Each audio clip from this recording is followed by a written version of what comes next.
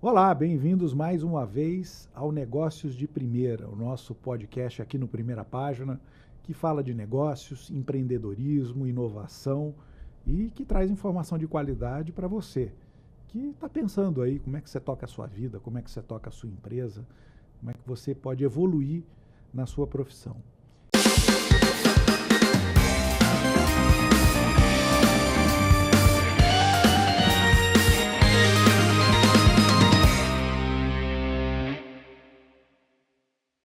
E para falar disso, eu chamei alguém que entende muito mais do que eu desses assuntos todos, meu amigo Seneri Paludo, que é diretor executivo do Sicredi Centro-Norte e que, além de tudo, tem um conhecimento muito grande da economia de Mato Grosso, do agro, da indústria e de todo o comportamento econômico, não só no nosso estado, mas de uma maneira geral no Brasil.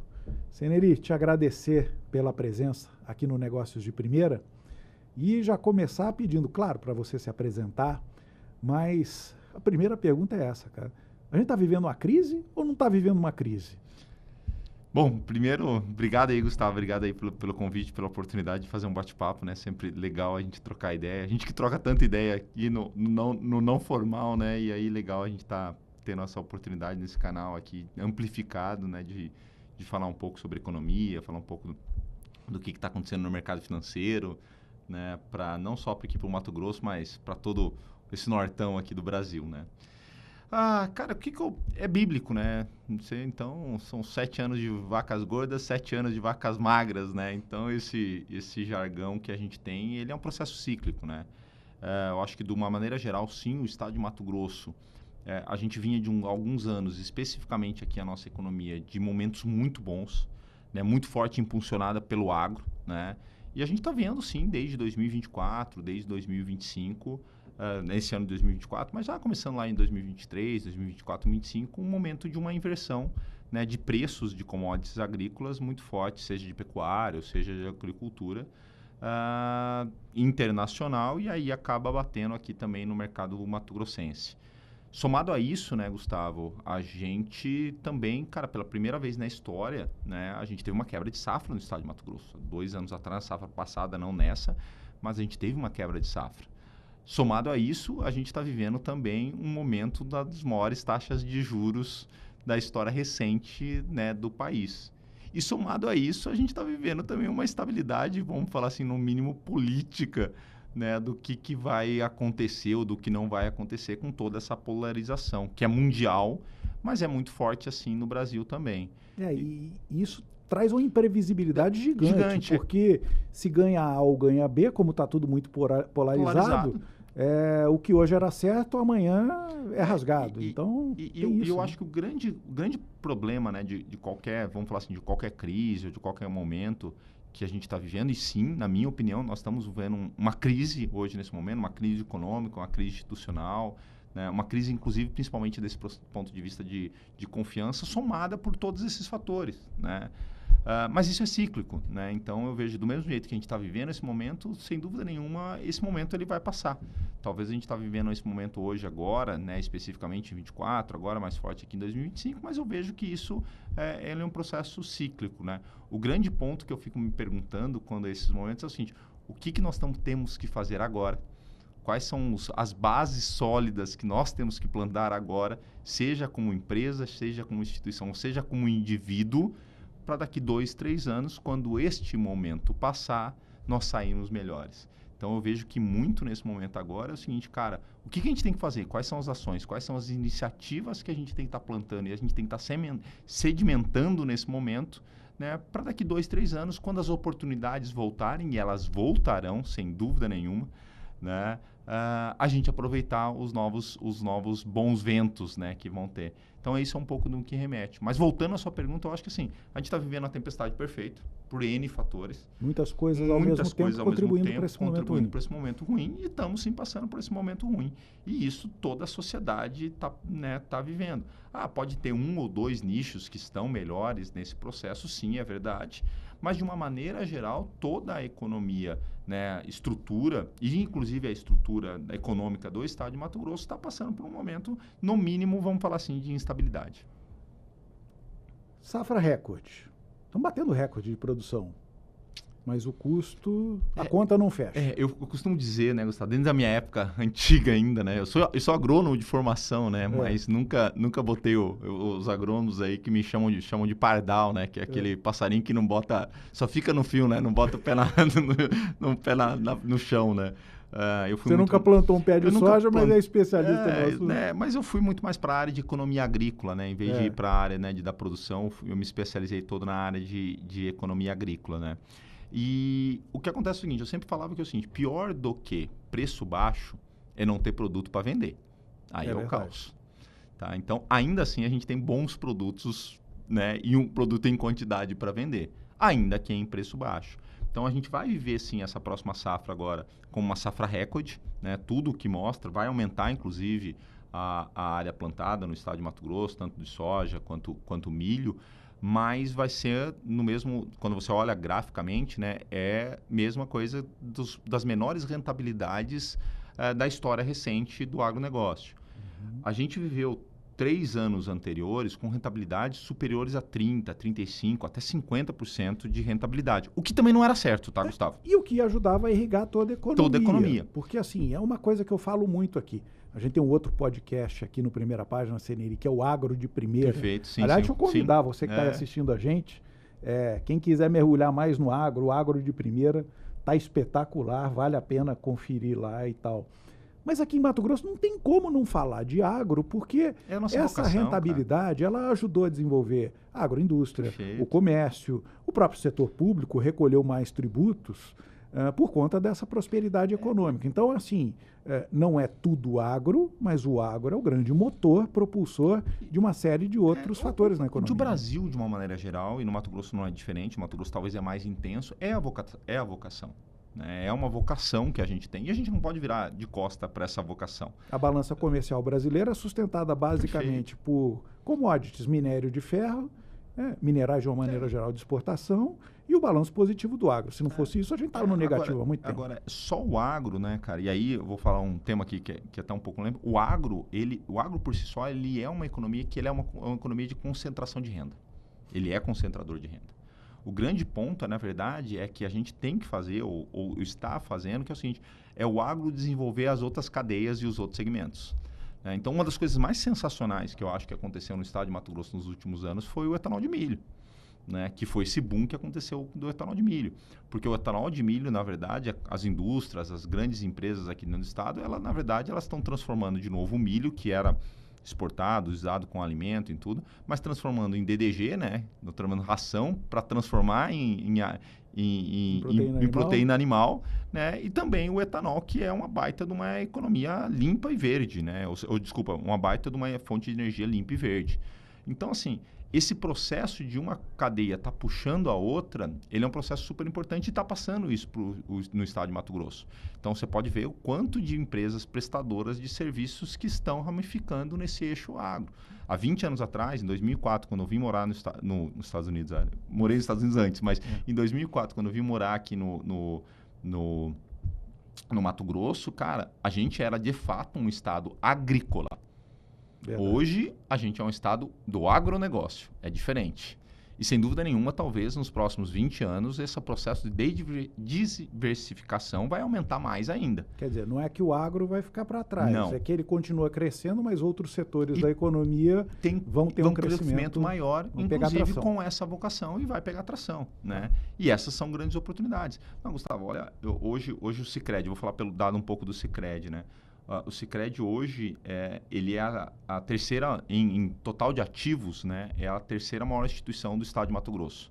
Então, a gente só fica atrás hoje do Banco do Brasil, né? E da Caixa Econômica, porque tem motivos óbvios, né? Tem o dinheiro do governo, a gente é a terceira maior instituição.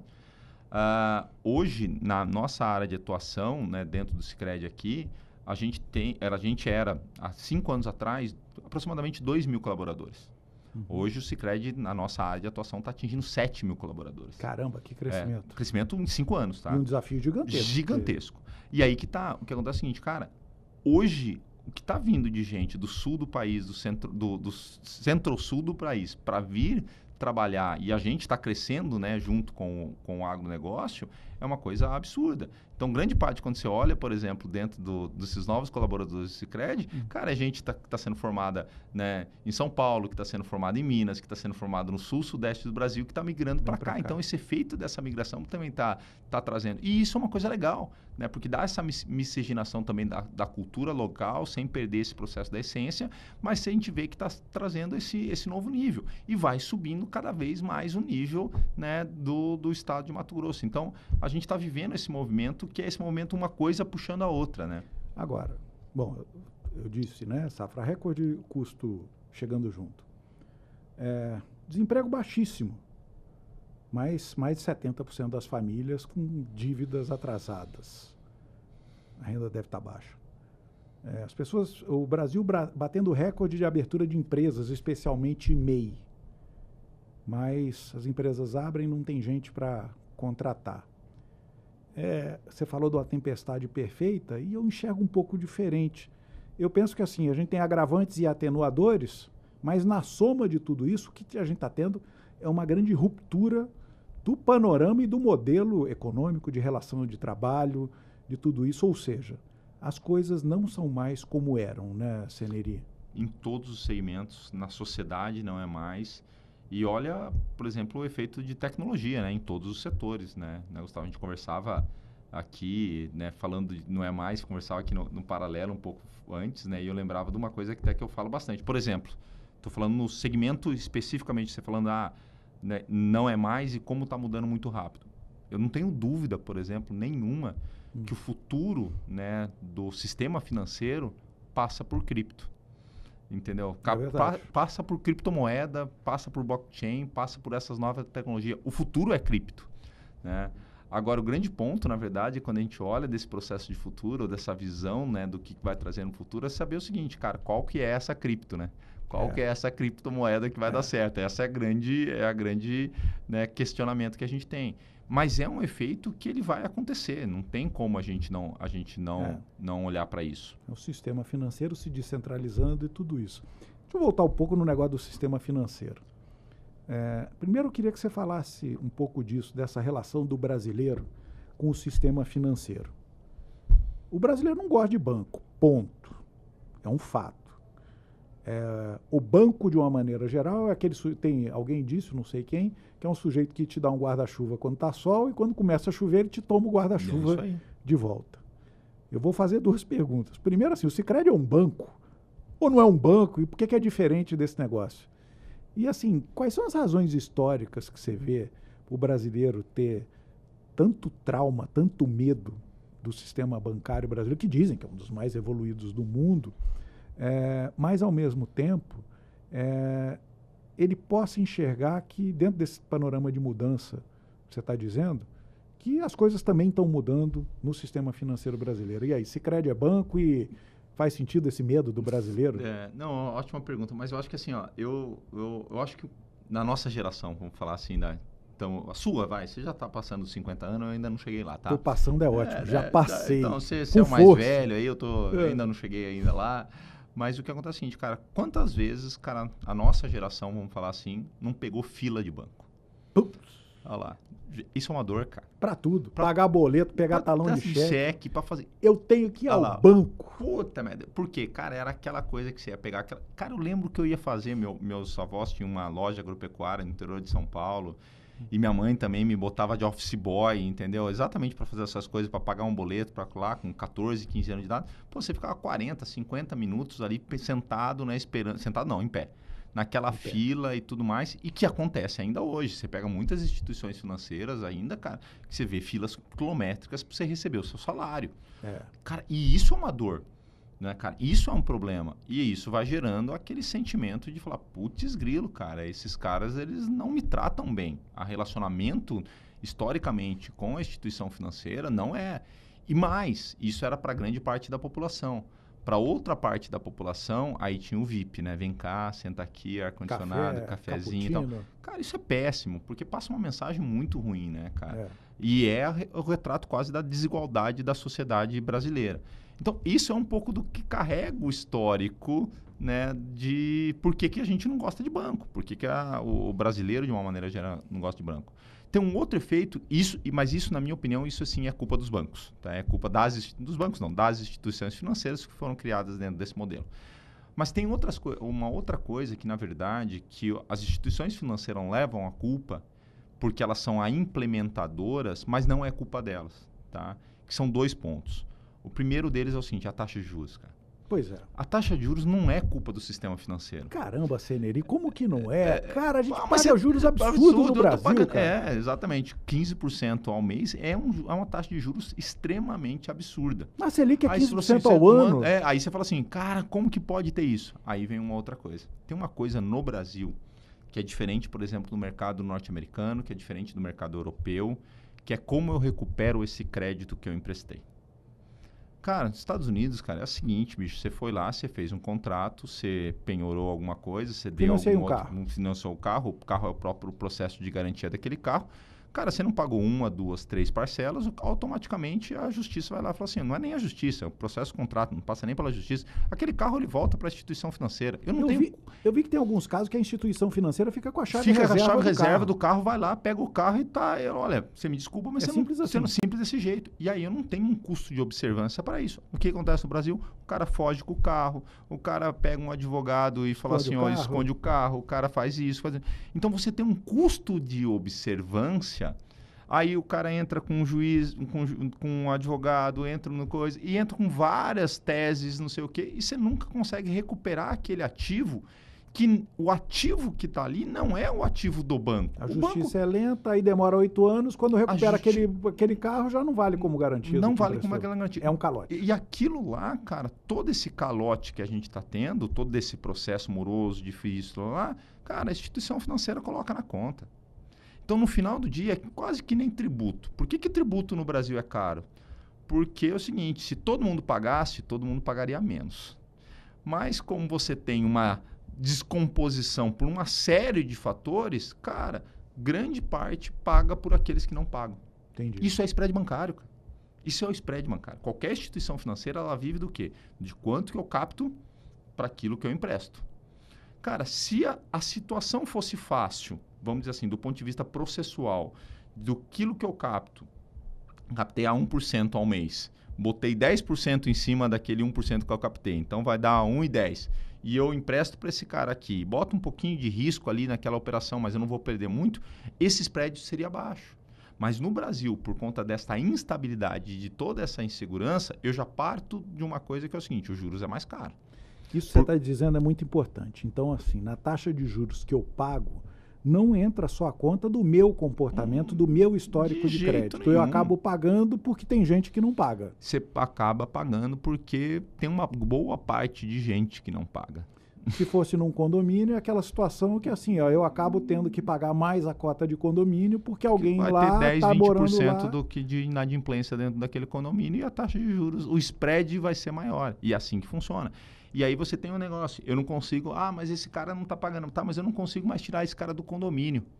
Por quê? Porque ele está protegido por qualquer um dos fatores. Puta, se eu não consigo, eu não trago um bom pagador para dentro. Se eu não trago um bom pagador para dentro, aquele cara vai ficando ali.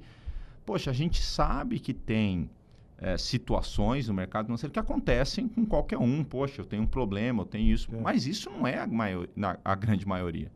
A grande maioria, realmente, a gente tem uma perda hoje, eu acho que no Brasil, de uma maneira geral, e a gente critica isso às empresas, mas isso acontece em qualquer lugar, de não ter a autorresponsabilização por conta dos seus atos.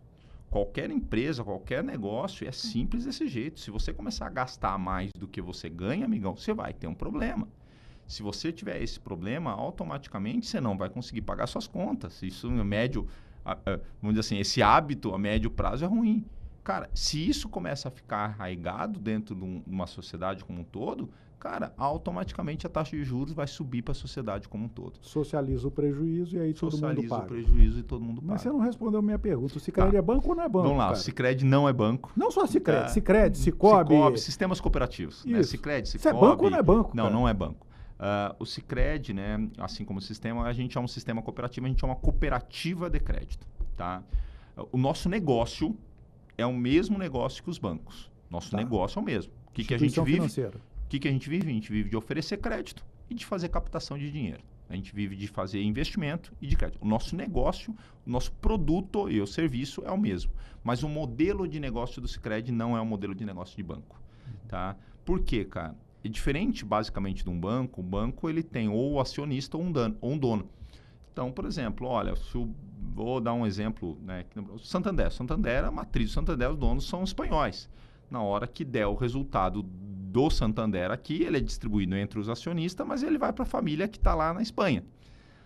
O modelo do Sicredi, você tem uma dupla personalidade. Quando você abre uma conta, você ao mesmo tempo é um correntista, você ao mesmo tempo é um cliente, mas ao mesmo tempo você é dono.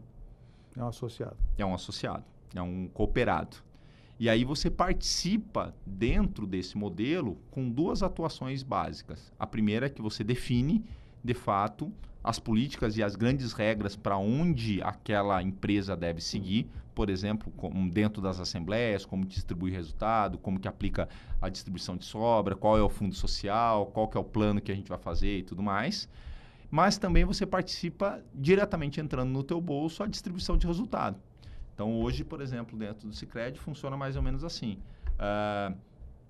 O Sicredi, a cada R$1 que ele gera de resultado líquido, final da linha, deu R$1 de resultado líquido, 50% daquele R$1 vai para um fundo do próprio Sicredi para ele continuar crescendo e reinvestindo. Aproximadamente 5% vai para fundo social, que é para desenvolver a comunidade local. São essas ações sociais Todas que a gente essas ações que a gente vê, de educação financeira, de programa União Faz a Vida, desses programas locais, e isso nenhuma outra instituição. Eu não vejo uma outra instituição financeira no Brasil inteiro que localmente destina 5% para aquela agência que está ali escolher o que ela vai fazer com 5% do resultado líquido dela para aplicar. Tem alguns bancos que tem lá, fundação não sei o que social, mas é o que a gente diz, né? Esse dinheiro vai lá para a Faria Lima e depois a Faria Lima aplica aqui não, de volta. Aqui a agência escolhe, os associados daquela agência definem o que vai fazer com esse fundo social. E aí é o impacto local. E o terceiro, né, e 45%, ou seja, 50% fica no Sicredi para continuar crescendo e movimentando o negócio, 5% aproximadamente vai para o fundo social local ali daquela agência, para ela, com os associados dela, definir o que vai fazer naquele recurso, e 45% volta para o bolso do associado.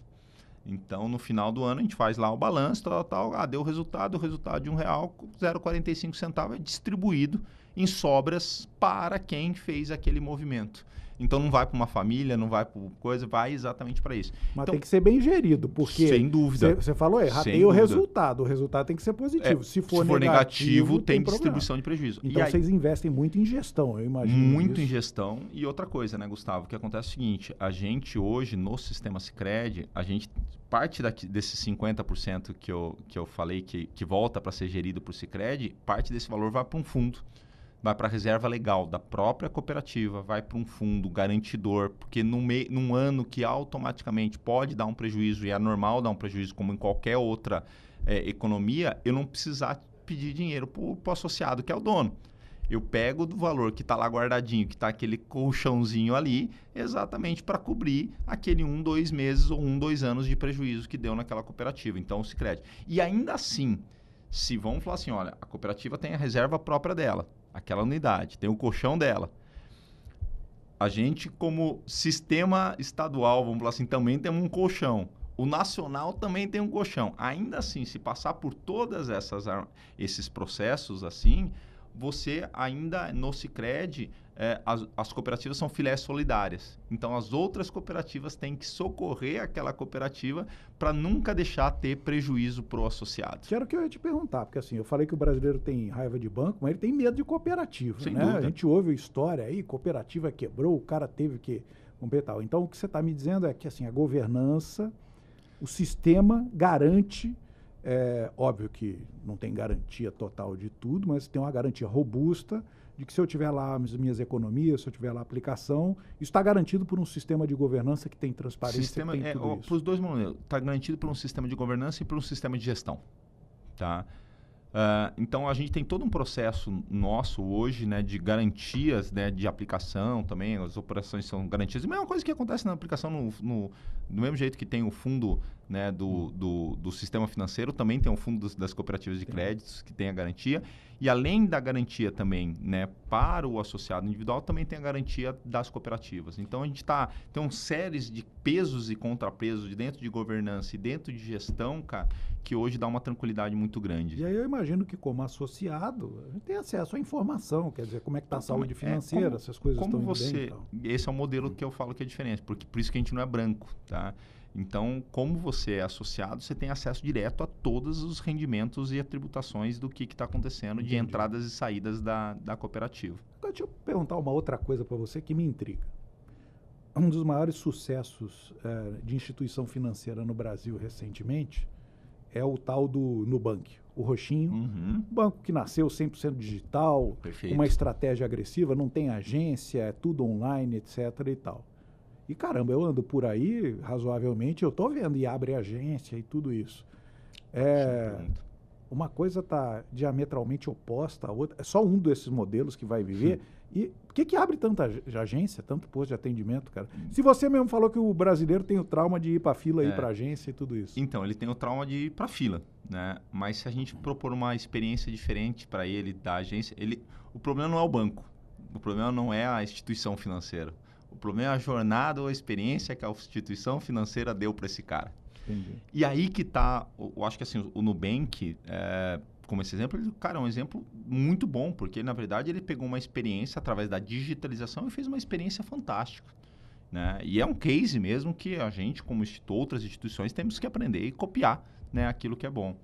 Agora, o que acontece dentro desse processo como um todo, Gustavo, é que do mesmo jeito que eu falei aqui recentemente, falei aqui antes, né, para você, cara, que eu não tenho dúvida que o futuro é cripto, eu não tenho dúvida nenhuma que o futuro das transações é digital. Tá? Hoje no Sicredi já é. O Sicredi é a terceira maior instituição financeira do estado de Mato Grosso e 92% de todas as transações do estado de Mato Grosso acontecem no celular, não é na agência. Digitalzão na veia. Não acontece na agência, tá? Mas por que para o nosso modelo de negócio a agência é importante? Porque o que acontece é o seguinte, Gustavo, preço e produto é commodity. No mercado financeiro, assim como qual é outro, dinheiro é uma commodity.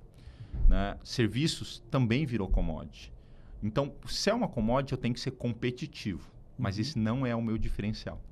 Meu diferencial competitivo não é ter o melhor preço e nem ter o melhor produto. Realmente, assim, você compara as instituições... É tudo muito igual. Um pouco para cá. Gustavo, é tudo muito igual. Então, o que acontece é o seguinte, cara, vai um pouco para lá, um pouco para cá, mas preço e produto, então, ou eu sou competitivo ou eu estou fora de mercado. É aquela regra de entrada. Se eu não sou competitivo, eu nem entro, eu nem desço pro play. Mas esse não é o meu diferencial. O diferencial nosso é o relacionamento. Esse é o diferencial. E aí, quando a gente está falando de relacionamento, a gente está falando de uma melhor experiência ou ser superior em relacionamento, tanto no mundo físico, mas também tanto no mundo digital, mas como também no mundo físico, Gustavo. Porque uma coisa é eu fazer esse processo e nichar esse processo de operação, de ter uma experiência digital fantástica na Faria Lima. A outra coisa é fazer isso em Vila Rica. A outra coisa é fazer isso em Afuá.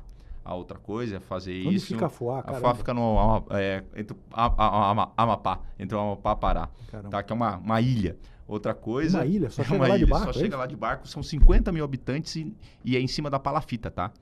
Tá? E o Sicredi está lá, com a agência. Tá? O Sicredi está lá com a agência.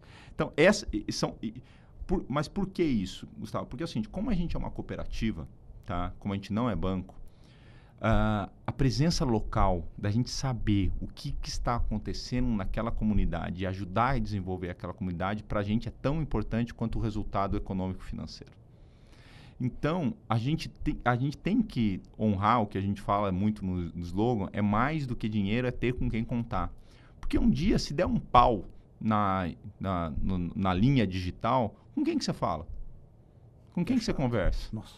Cara, é um saco. Só que pra gente, a gente entende o seguinte, se tem lá uma pessoa física, um humano, uma agência, um ponto de atendimento, ele vai lá e vai conseguir ser atendido.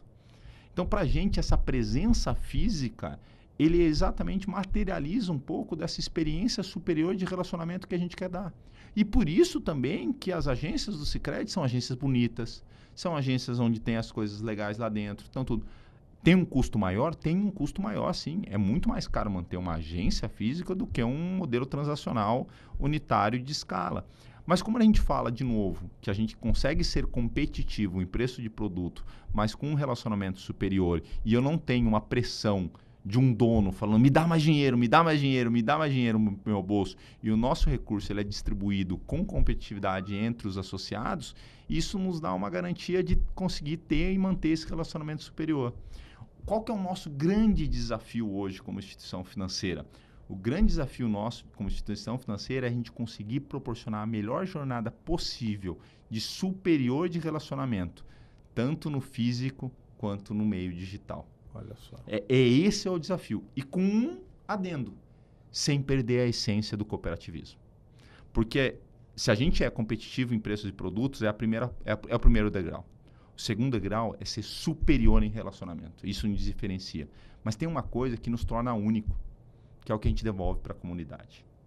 Ninguém devolve para a comunidade o que um Sicredi, aí eu vou falar de Sicob, de um Cressol, de outros sistemas cooperativos, porque a essência nossa está lá. Tá lá. Só que se eu não também gerar resultado positivo, eu não consigo devolver e eu não consigo abrir uma agência. Tá certo. Então, esse equilíbrio e manter essa essência de contribuir para o desenvolvimento local, cara, é o que nos transforma em único, né? E esse é um baita desafio nesse, vamos dizer assim, nesse mundo que a gente vive hoje. Tá certo.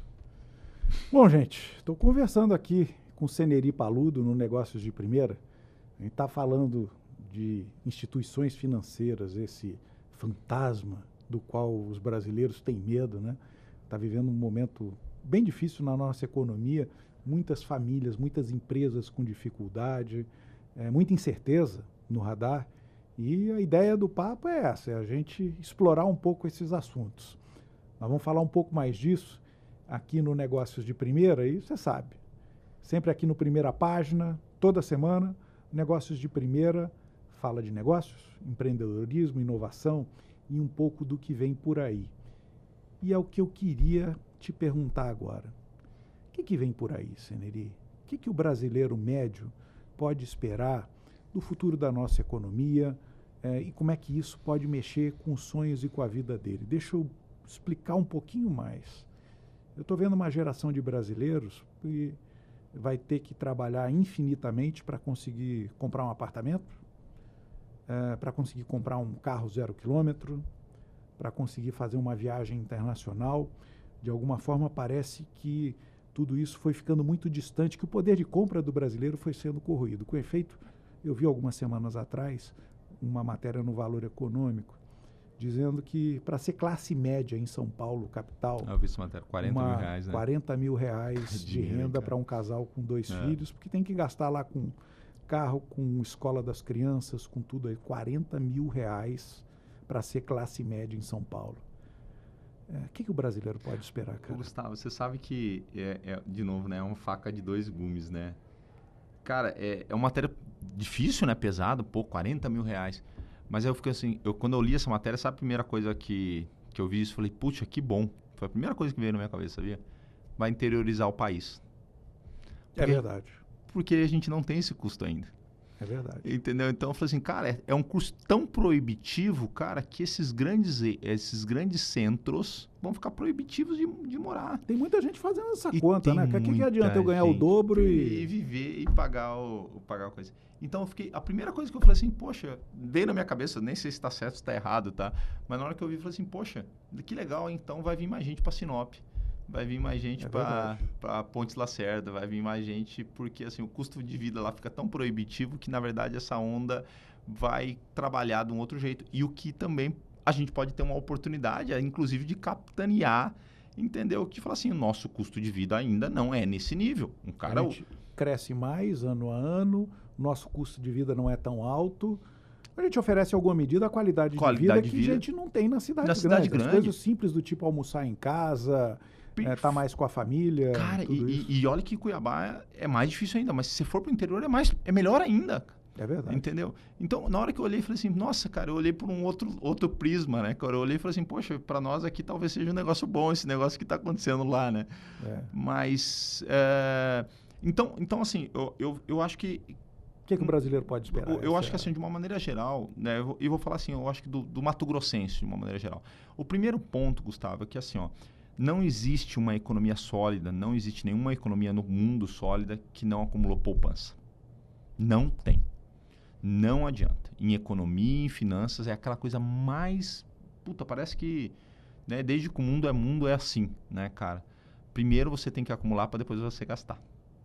Não tem jeito, cara. Não tem jeito. Acho que só o norte-americano, o cara que mora nos Estados Unidos, que nasce alavancado e vive devendo. Vive devendo inteiro, mas mesmo assim, cara, assim, acontece algumas vezes momentos como esse, acontece, mas são ciclos, cara, que assim, acontece essas golden ages, né, as eras douradas em algumas economias e tal e tudo mais, mas isso é ponto fora da curva, que não é a realidade. O mundo não era Noruega, né? O mundo não é a Noruega, o mundo não é o que acontece de uma maneira geral. Então, de uma maneira geral, mas mesmo nos Estados Unidos, para chegar nesse estágio que a gente está vivendo hoje, ele teve 2, 3, 4 gerações que foram gerações de acumulação de poupança, para poder acontecer o que está acontecendo hoje no mercado norte-americano. Verdade, o americano investe muito em ações na bolsa, fundo de pensão. Em tudo. Então, você tá dizendo, então assim, cara, não existe nenhuma economia que você tem isso. E isso serve para país, isso serve para empresa e isso serve para a população. Falta educação financeira para o brasileiro? Sem dúvida nenhuma. Talvez um dos grandes pontos que a gente tem aqui de problema no Brasil, e eu acho que educação financeira deveria ser matéria obrigatória em qualquer tipo de escola, e por isso que é uma das coisas que a gente mais investe dentro do Sicredi, é a educação financeira. A gente tem um programa que é um programa... Cara, eu desconheço outro programa de outra instituição financeira de grande porte, que nem é o Sicredi, que faz um programa chamado Na Ponta do Lápis, que é um programa de ensinar jovens, adolescentes e até mais velhos a ter esse hábito da poupança, vamos falar assim. Eu não estou falando poupança como investimento, não estou falando do não título. É caderneta não é poupança, caderneta, estou falando poupar o dinheiro, é financeira. Economizar o dinheiro, cara, que nem a gente faz. Por quê? Porque essa maturidade ela é importante. Eu vejo que assim, desculpa, tem lugares onde o cara recebe 100, a primeira coisa que ele faz é guardar os 20 que ele vai criar de reserva, e depois ele vive dos 80. Exatamente. O brasileiro meio que vive do que sobra, e aí não sobra, fica até no vermelho. Tem uma expressão assim, se o cara ganha 1.000, quanto que ele gasta? 1.200. Aí o cara vai o seguinte, né? Aí, pô, se o cara ganha 2.000, tô dando um exemplo, não um valor, se ele gasta 1.000, qual que é a primeira coisa que ele faz? Ele aumenta o gasto. É verdade. Se ele ganha 4, qual que é a primeira coisa que ele faz? Ele aumenta o gasto. E tem gente que é pior, que pensa assim, se eu ganho 2.000 e tenho 3.000 de limite no cartão de crédito... eu ganho 5. Exatamente. Isso, né? Então, assim, cara, eu acho que aí tem um processo mental, assim, que a gente falar o seguinte, poxa, em todos os setores, em todos os momentos, tem essas oportunidades, mas é muito mais de uma ação individual e uma iniciativa que muda o processo, né, durante a história do que efetivamente eu esperar de uma coisa externa. O que eu quero te falar é o seguinte, cara, eu acho que o que eu posso esperar é o seguinte, é uma atitude de diferença de individual. Eu estava lendo aquele livro que chama Hábitos Atômicos, já leu? Sei. Cara, sensacional. Primeiro, a primeira vez que eu li o Hábitos Atômicos, eu fiquei pensando, eu falei que atômico para mim é bomba atômica, aquela coisa, né, multi e tal. E na verdade o conceito do atômico é aquela coisa que acontece lá dentro do átomo. Então você tem que ter aquele hábito todo dia, ou pelo menos, não é todo dia, mas pelo menos a maioria das vezes, que aquele pequeno hábito lá na frente, daqui 1, 2, 3, 5, 10 anos, vai se reverter em prosperidade. Vai se reverter numa melhor saúde, vai se reverter em um melhor conhecimento, vai se reverter em prosperidade financeira. Então, o que eu espero, e a gente fala assim, e tentando trazer a sua pergunta, o que eu acho que a gente pode esperar é que é o seguinte, que a gente tenha esse hábito de fato de poupar. Isso é a coisa mais importante que a gente pode ter dentro, eu acho, de uma mudança de atitude, uma mudança da sociedade do ponto de vista de como que eu lidar com o dinheiro. Isso no indivíduo e isso também nas empresas. Pois é. As pessoas, eu vejo muita gente reclamando assim, cara, eu estou apertado porque eu ganho mal. Ponto. E aí, às vezes, até se esfola nisso, até pega um segundo emprego, vai empreender. Tem gente que eu conheço que tem 3 atividades econômicas para tentar fechar as contas. Mas muitas vezes, a maior parte das vezes eu vejo que falta o outro raciocínio, né? Eu ganho mal, ok, pode ser verdade, mas eu gasto mal, né? Talvez isso seja uma verdade maior do que o eu ganho mal. Mas tem mais gente gastando mal do que ganhando mal. O cara, uma vez, logo quando eu vim no Mato Grosso, eu vou contar um milagre, mas não vou contar um santo, um produtor, cara, muito rico hoje. E eu conversando com ele na simplicidade, ele falou, ele sabe por que eu fiquei rico? Não é porque eu ganhava muito dinheiro, não. É porque quando eu vim aqui pro interior, eu não tinha onde gastar. Olha só. Ele falou assim, eu não tinha shopping, eu não tinha não sei o quê, eu não tinha não sei o quê, eu não tinha não sei o quê. Então, cara, fui guardando dinheiro. Então, a gente olha muito, e eu acho que isso é uma característica muito forte do Brasil, a gente olha muito do ponto de vista do que eu posso ganhar a mais. Do que falta. Do que falta, de como que eu posso ganhar mais dinheiro, mas eu não olho do ponto de vista de como que eu posso economizar e gastar menos. E essa é uma cultura que até uma vez eu li num livro, nem sei se é verdade ou se é mentira ou não, mas é a cultura da diferença dos países tropicais para os países europeus, né? Dos países temperados. Que o país temperado, ele é obrigado a guardar comida, porque vai vir o inverno. Na cultura de poupança. Eu preciso guardar, eu preciso estocar comida, porque o inverno não vai ter caça. Aquela fábula da formiguinha, da cigarra, entendeu? Que a gente aprende de coisa básica. Então, esta lógica é uma lógica, cara, que se a gente não souber guardar um pouco do dinheiro para aqueles momentos que pode vir o inverno, mas também para acumular e fazer o dinheiro trabalhar para nós mesmos, é diferente. E aí a gente sempre pensa em viver até uma empresa. Não, como eu posso me alavancar mais para crescer? Como que eu posso alavancar mais para crescer? Porque tem dívida saudável, Tem dívida, né? então, tem que fazer dívida. Tem que fazer dívida. Dívida é importante. Mas eu não posso fazer aquela dívida que me quebre. E aí, de novo, vem aquela coisa mais básica, né, cara? Que chega a ser até ridículo e até muito óbvio, né, cara? Também não bote todos os seus investimentos numa única cesta só. Não bota. Entendeu? Cara, o que é importante fazer? Cara, por mais que é importante, cara, é bom ter um pouco de ativo e de alto risco que vai me render muita coisa. É bom, mas não bota tudo aquilo lá, porque aquilo lá, o risco é muito alto e um dia vai dar ruim. Cara, o pessoal critica muito poupança, né? Aí eu tô falando da poupança. Cara, a poupança é um dos melhores instrumentos para te obrigar a mentalidade de aplicação. De ficar poupando. Caderneta de poupança. De poupança. É um dos melhores, né? Aquela disciplina de saber que você vai ter que guardar o dinheiro. É um dos melhores que tem. Legal. Né? Por quê? Porque você sabe que vai render, você sabe que vai ter. Hoje tem outros títulos e tal que trabalham do mesmo jeito, mas a disciplina e a mentalidade ele é muito importante. Mas o grande ponto que eu acho que eu acho que a gente pode, né, esperar dentro desse modelo é assim: primeiro, a gente está vivendo um momento ruim. É fato, os números estão aí para mostrar. A inadimplência dentro do Sicredi nunca foi tão alta como a gente está vivendo hoje nos últimos anos. Isso é reflexo, né, desse processo todo que a gente está vivendo. Mas esse momento vai passar. Então, o que a gente tem que estar fazendo agora, nesse momento, para ter essa solidez, para que quando vier um momento de bonança e o vento a favor, eu sair na frente da grande maioria que vai estar aí. E um dos processos básicos, cara, sinceramente, é a administração financeira. Legal. Olha, o papo tá ótimo, a gente já está chegando no final. Eu preciso te fazer algumas perguntas, cara, para você responder assim, na lata mesmo, aquele pinga-fogo que eu acho que os brasileiros precisam ouvir. Vamos lá? Bora! Tá bom. Tem mais gente que gasta mal do que gente que ganha mal? A gente falou um pouco Sem dúvida. Sem dúvida. Tem muito mais gente que gasta mal. E às vezes, a maioria das vezes, as pessoas ficam pensando quanto eu posso ganhar mais. E não como que eu posso economizar.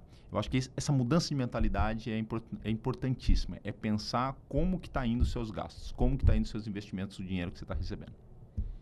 Em tempos de juros altos, dever é mau negócio, mas poupar pode ser um excelente negócio. Sem dúvida, de novo. Amigão, uma taxa de juros que a gente está tendo hoje, cara, um investimento, cara, é muito melhor do que a economia real. O que é um problema também e uma pena.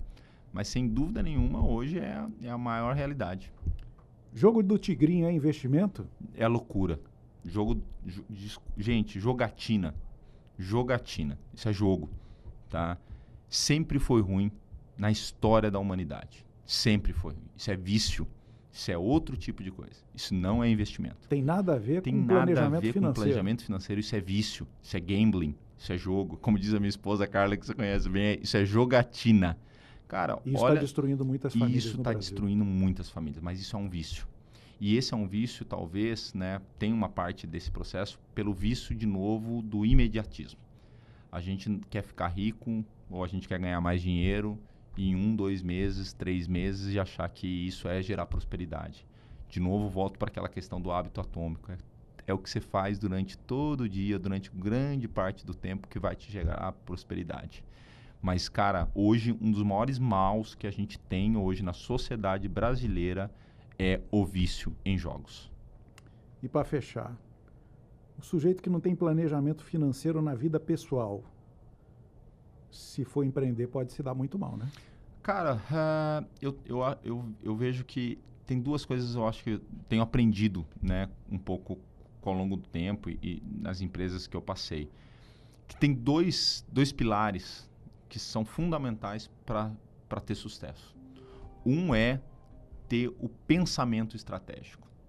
O cara tem que pensar estrategicamente, ele tem que ser visionário, ele tem que olhar para frente, pensar aquilo, mas só o pensamento não basta. Se o cara não tiver um plano de ação, um planejamento de execução, de como que eu transformo aquele pensamento, aquela ideia em prática e como eu boto em prática, o cara também não gera prosperidade, não gera sucesso. Não vai adiante. Não vai adiante. Então, um dos grandes desafios que a gente tem pegando isso é o seguinte, é tentar aliar esses dois pratos. E às vezes o que acontece é o seguinte, às vezes a gente é muito bom de pensamento estratégico, mas a gente não é bom de execução, de fazimento estratégico. Legal. Então vamos se aliar com quem é bom de fazimento. E o inverso é verdadeiro. Tá certo. Às vezes a gente é bom em fazimento estratégico, mas a gente não é bom do pensamento. Então vamos se aliar com quem é outro. Tá certo. Então eu acho que esses dois equilíbrios ele é fundamental para você ter sucesso na vida pessoal e na vida profissional. Tá certo. Gente, eu conversei com o Seneri Paludo, cara espetacular, entende muito da economia de Mato Grosso, tem uma leitura muito clara do que acontece na nossa sociedade, mas acima de tudo, meu amigo, uma pessoa que eu conheço que é muito preocupada com o Brasil, com os brasileiros e que sem dúvida quer o melhor para todo o país. Seneri, te agradecer demais a presença aqui, dizer que você vai ter que voltar daqui a um tempo para a gente primeiro conferir se tudo isso que a gente disse aí do futuro realmente aconteceu, né? O mundo virou cripto, a digitalização aconteceu e tal, mas te agradecer mais uma vez e te dar os parabéns, porque eu acho que realmente uma instituição como aquela em que você hoje trabalha e tem tanta paixão pelo Sicredi, está ensinando alguma coisa diferente aos brasileiros. Então, obrigado pela presença e parabéns para todo mundo lá pelo trabalho. Obrigado, Gustavo, e sempre que convidar, estarei aqui de novo. Obrigadão mesmo. Valeu. Valeu. É isso aí, gente. Até o próximo Negócios de Primeira, aqui no Primeira Página.